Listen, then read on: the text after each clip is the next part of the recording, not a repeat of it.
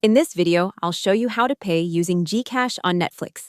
The important thing to know is that Netflix lets you add or update your payment method from your account page, while GCash's support pages specifically list Netflix as an example of an app or subscription where GCash can be a linked payment method for recurring charges. That means if the option is available on your account or device, you can use GCash as the payment source for Netflix billing. To set it up, open Netflix and sign into your account.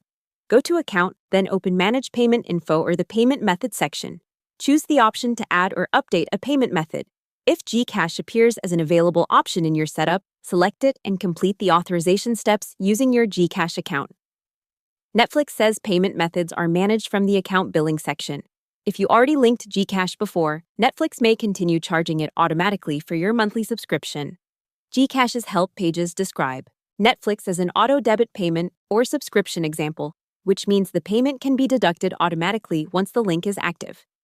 If you don't see GCash directly on Netflix, another possible setup is that GCash is linked through Google Play or Apple billing on your device, and Netflix is charged through that payment channel instead.